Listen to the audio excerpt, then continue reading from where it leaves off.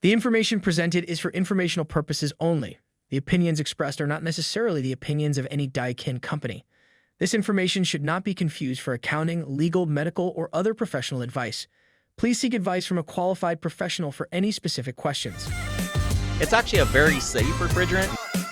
Daikin wants to be involved in the community. Making another touch point to build my brand. So the first question we ask everyone is, welcome to Accelerated HVAC Success. My name is Ben Middleton. I'm the National Sales Training Manager for the Goodman, Amana, and Daikin brands. Today we're in Colorado Springs at Smith Plumbing, Heating, and Cooling, and we're here with Mike Robinson, the owner of the company.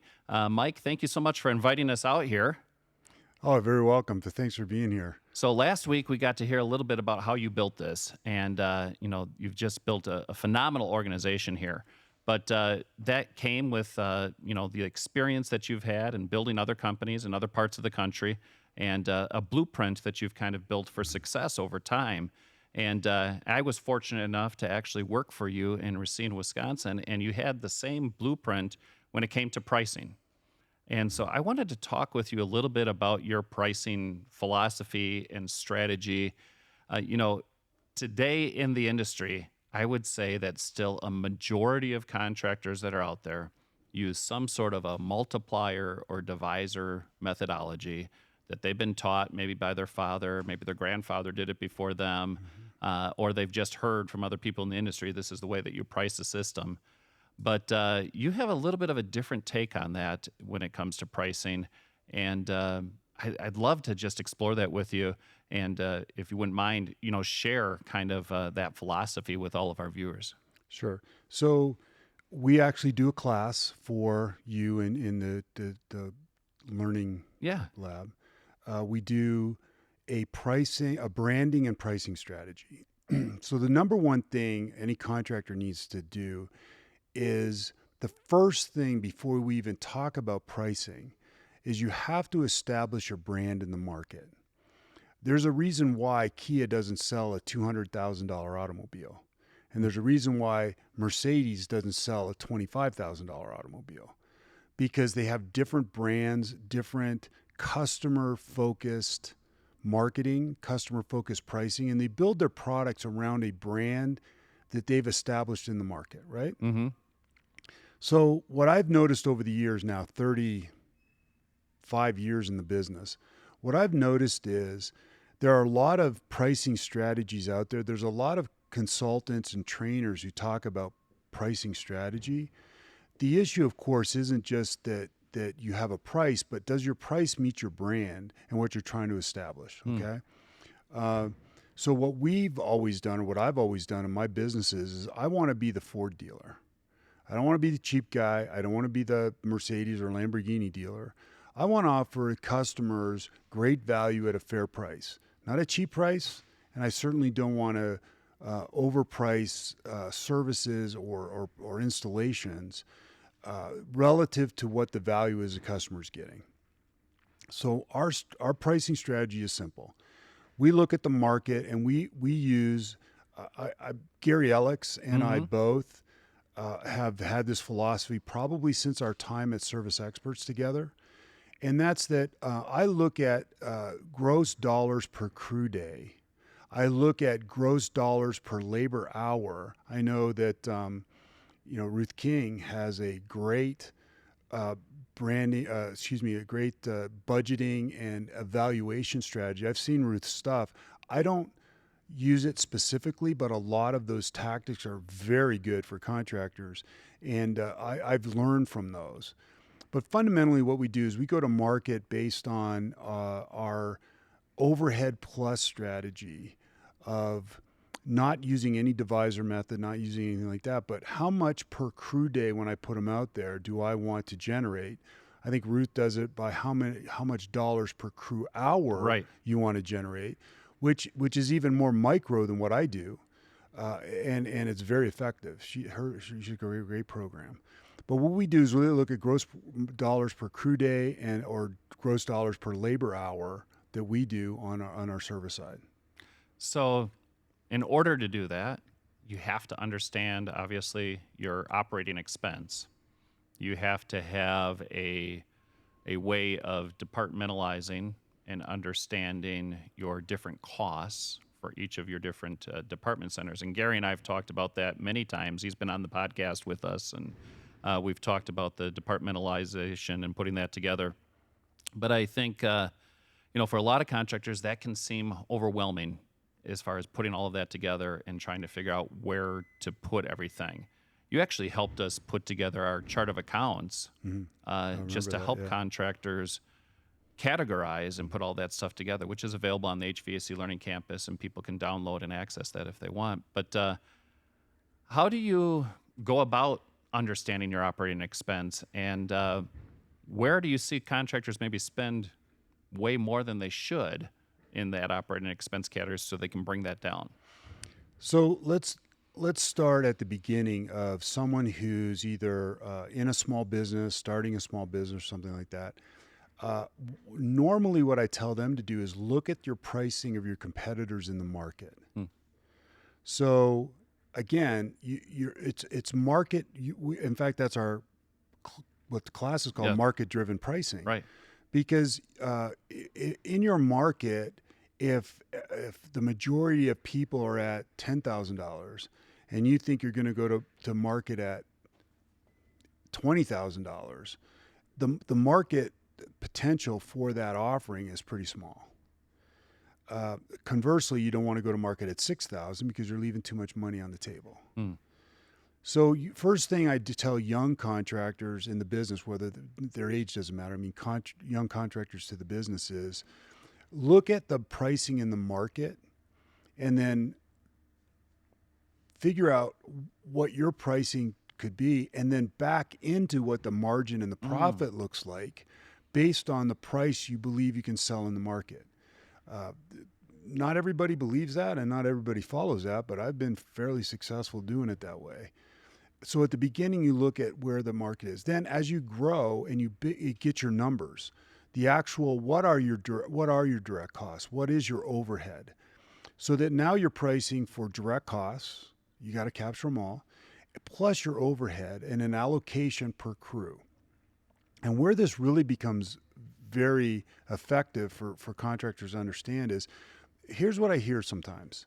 A contractor will say, how does Billy Joe Bob sell this for $2,000 less than me? He must be losing his butt, right?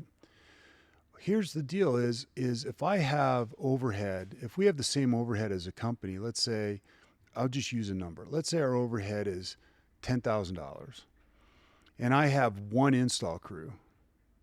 I've got to add $10,000 to every one job I sell just to cover my overhead. Right. If I have 2 crews, that's $5,000. If I have 4 crews, that's $2,500. If I have 10 crews, that's $1,000. So I can be less expensive if my gross profit per crew day to make my profit number gets me there based on more volume. And you're always going to sell more based on a pricing metrics than you are just you're always going to be able to get more customers involved. The number of customers willing to pay that price is always greater in the middle than it is on the bottom or the top. Well, and it's interesting you talk about that, because I think we got to talk about positioning a little bit too. When you build a pricing strategy, it has been proven out over and over again. I mean, you look at any industry, you go to any basic business class that you go into, and they will always talk about the curve, right? And all consumers always end up in the middle.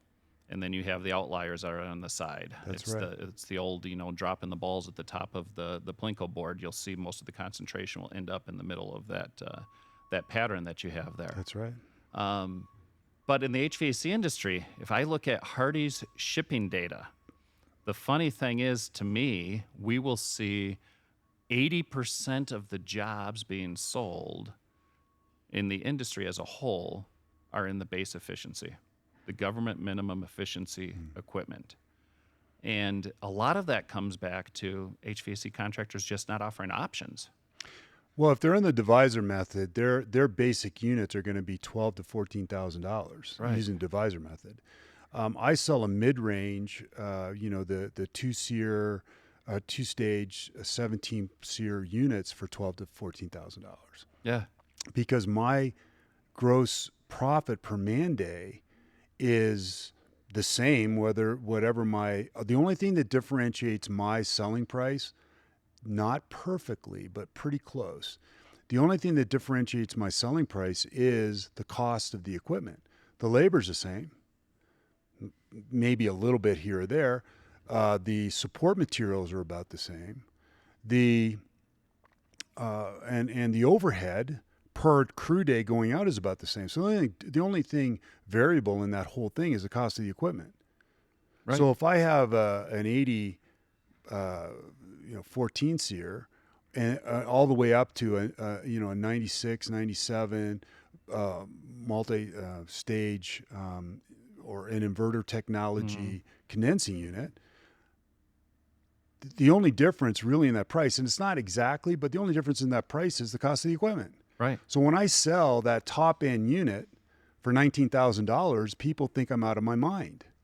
But my crew day is full and I'm making my overhead and my profit at that number. Could I sell it for more? Sure. But we're also trying to take care of customers with good equipment. Unlike most contractors, about 70% of my sales are high-end products, 17, 19 SEER inverter technology type product, high-end furnaces with dual fuel. That's about 70% of my sales, and yet my price barely ever is for the top end unit is 20 grand. Yeah. And I have people in my market again that will sell a base unit for 16 to 20,000. So how do you compete against me? Well, you're bringing value to the consumer, right? I think at the heart of most HVAC contractors that I know, they want to just do a great job for the consumer. Mm-hmm. That's what they absolutely want to do. And if they can bring the best product to the consumer and still be profitable and have a great quality of life, pay their people well. You and I were just talking. I mean, you talked about an employee that you brought in before we got in and started recording this, but was working for another company. He said he was making what, 28.50 an hour. Okay. And today, he's making about 2,500 to 2,800 a week. and that's just because of the training, the investment that you've made in him and helping to develop that individual. But it's not because you had to just raise your prices to astronomical prices. Right. And I'm drawing more and more quality technicians to our company because of the fact that the technicians at some of these larger companies or some of these private equity groups are being told that when the company is sold, their prices go up 50 to 100%. So now the tech is in front of the customer, and you know they're offering a capacitor or contactor for $850. And they're like going, this is a $22 part. Like how is that fair to the customer, right? And they're being taught more high pressure sales, more high pressure closing. We don't do any of that. We are fairly priced. We tell them you might be able to find this cheaper, but you're not going to get the value that you get with us cheaper. Right. And so we found it's a good thing for us. I'm not. I'm running the company to be profitable, but I'm not running the company to be able to go to investors down the line and say, hey, look at all my EBITA, and so now pay me a multiple on that because I'm a money guy and I want to get out. I'm running the company to provide a great working environment for my people, to make a fair profit for the company, and to take care of the customer with equipment and services that they deserve without an outrageous price. You know, that's interesting that you talk about that, and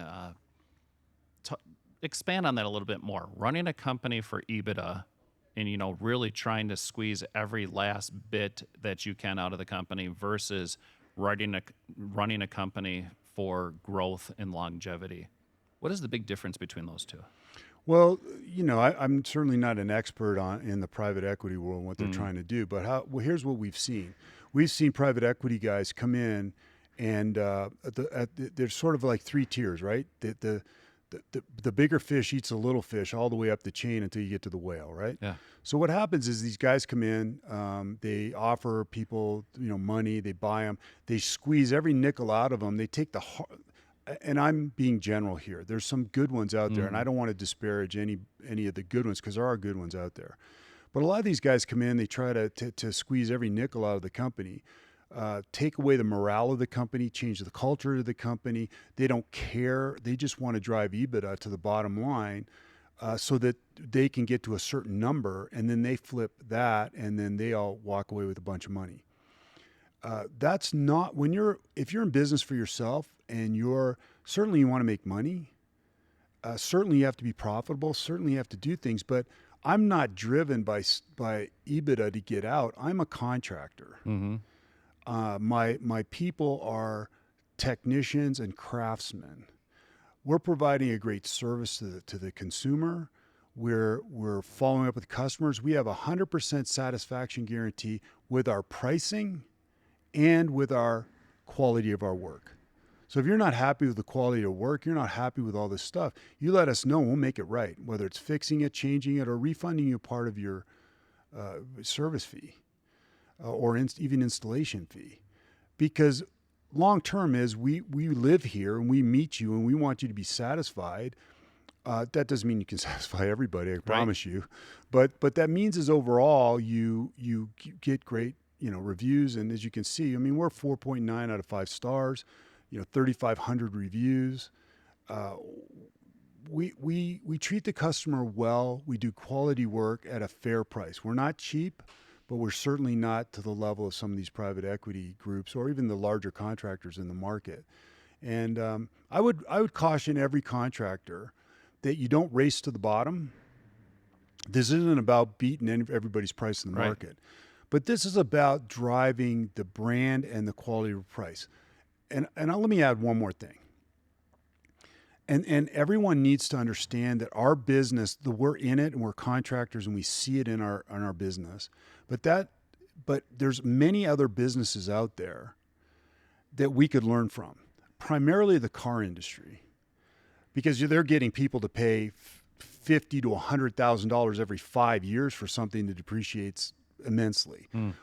We find it hard to get $20,000 from somebody for a product that's going to give them comfort for 15 years. So look at them and how they've created what they've created. Obviously, financing is part of that, but they created a brand. And within that brand, Lexus doesn't care what Kia does. When you buy a Lexus, and I've not bought one, but I've gone in. Okay, so don't think I drive around a Lexus. But when you go into a Lexus dealer, they treat you like gold. They pamper to you. They ask you if you want a cappuccino. When you're doing business with them over time, because they know they're going to flip you every 3 to 5 years. When you go in, they'll give you the brand new Lexus to drive to work. You don't have to worry about getting a ride. You drop it off at Kia, you're asking your friend or boss or somebody to come and get you to take you to work to go back. So they don't really care about what Kia does. They're all about the customer experience, and people buy from them. So in the HVAC world, if you're going to be Lexus, you can't show up with a 20-year-old truck leaking oil in the customer's driveway with a technician who looks like you just came off a 3-day bender. Like you have to deliver the perception of the value and the quality of the human being delivering that service if you're going to charge those prices. And you should charge those prices if you're doing that. Conversely, if you're showing up in a 20-year-old truck with people that aren't, look like they just got out of jail, they may be quality people and they may be quality technicians, but they don't look the part. You can't charge Lexus prices. You just can't, because there's a disconnect there between the service being provided and the price being charged. One last thing I think that is so important to that pricing strategy is also making sure you manage expenses. I've seen so many HVAC contractors, and we talked about this a little bit last week when you and I were talking about how you built this company and everything that you've done. But you get to the point where you got a little bit of money in the bank and all of a sudden spending. And what gets really scary is you get those reoccurring bills that go on because maybe you decided that I wanted to get this house, or I wanted to get this RV, or the toys that actually just end up nickel and diming you to death. But I think that's so important. If you can be a good steward of your resources and you manage those operating expenses, it does allow you to just be very competitive in your market and make a really, really good living. And you're not reactive. Yeah. So I tell everybody, you should have 6 months of overhead bills in your savings account before you really go try to crack the code of grow your business. So if you've got, if your overhead's $50,000 a month, you should have $300,000 of cash in a savings account, real cash in a savings account, while you then to talk about investing in other trucks and taking on loans or other things, the cash flow and pay for themselves, because that insulates you from the ups and downs of the industry, which come for sure. And it's not always weather driven. It could be politically driven. It could be, all kinds of different things could happen that change your business, but you're always covered. You have enough to survive the storm. And sometimes the biggest companies that grow are the ones that survive the storm because they don't have so much built up debt. We've seen it in the last 2 years. It's been tough in the industry the last 2 years because the interest rates are going up, and we sort of front loaded, I think, some things during COVID. And I've seen more than a few companies go out of business because they were making so much money in 2021, 2022, that they got upside down on personal debt or other things, or even company debt. And then when the slowdown came, and it came to everybody. I mean, I talked to some people that were part of large companies. I don't know if it was private equity or whatever, but I talked to some of them that were down year over year 30%. Well, if you don't have any backup with that, how do you, if you're over leveraged, how do you make that happen? We stepped back about 5-8% from our peak in 2022, 23 and 24 were down. But we invested in this building, we invested in training, we invested in more technology, more trucks, software to manage inventory. We invested over those 2 years in building up our team and our people so that now it's starting to change. Well, now it's nothing for us to go to 20, and it really won't push us too much to go to 30, because all of that investment's there to go forward, because we don't, my wife and I, who's actually was very kind at the beginning of this, she said, I'm the owner. I'm actually not. I just get to work here. My wife's actually the owner. But we were able to invest so that now, because we don't have high debt, personal debt load. In fact, I will tell you right now, we have no debt other than, the building. We own these buildings that we pay mortgage on, but personal debt, we have none. And so we were able to grow and invest without worrying about when does the market come back. It comes back. It always does. And we're ready to go. So, well, Mike, thank you so much. Yeah, my pleasure.